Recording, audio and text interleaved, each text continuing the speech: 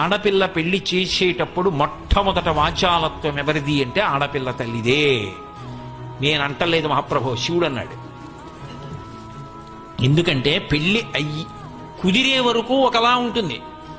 పెళ్లి కుదిరిపోయిన తర్వాత ఆడపిల్ల తల్లికి వెంటనే వచ్చే అనుమానం ఏమిటంటే, ఏమిటో అంత చటుక్కు నొప్పేసుకున్నారు, ఇంతకన్నా 4 సంబంధాలున్నాయి, ఈ సంబంధం కాకుండా మిగిలిన 3 కూడా ఒక్కసారి చూస్తే బాగుండేదేమో, గబుక్కు నొప్పేసుకున్నానేమో, ఆ 3 ఇంకా ఆస్తి ఎక్కువ ఉంది, ఆ పిల్లాడి ఉద్యోగం మంచిది కాబట్టి ఇంకా పిల్ల సుఖపడినేమో, చటుక్కు నొప్పేసుకున్నామేమోనండి.